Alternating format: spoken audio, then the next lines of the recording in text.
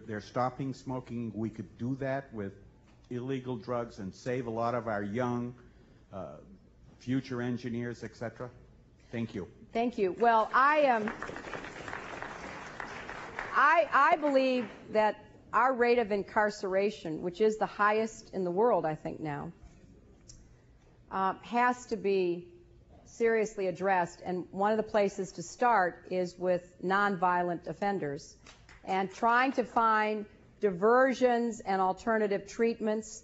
And one of the areas that I think we've got to look at is, drug offenses, substance abuse, because we don't do a very good job in our society helping people who want help.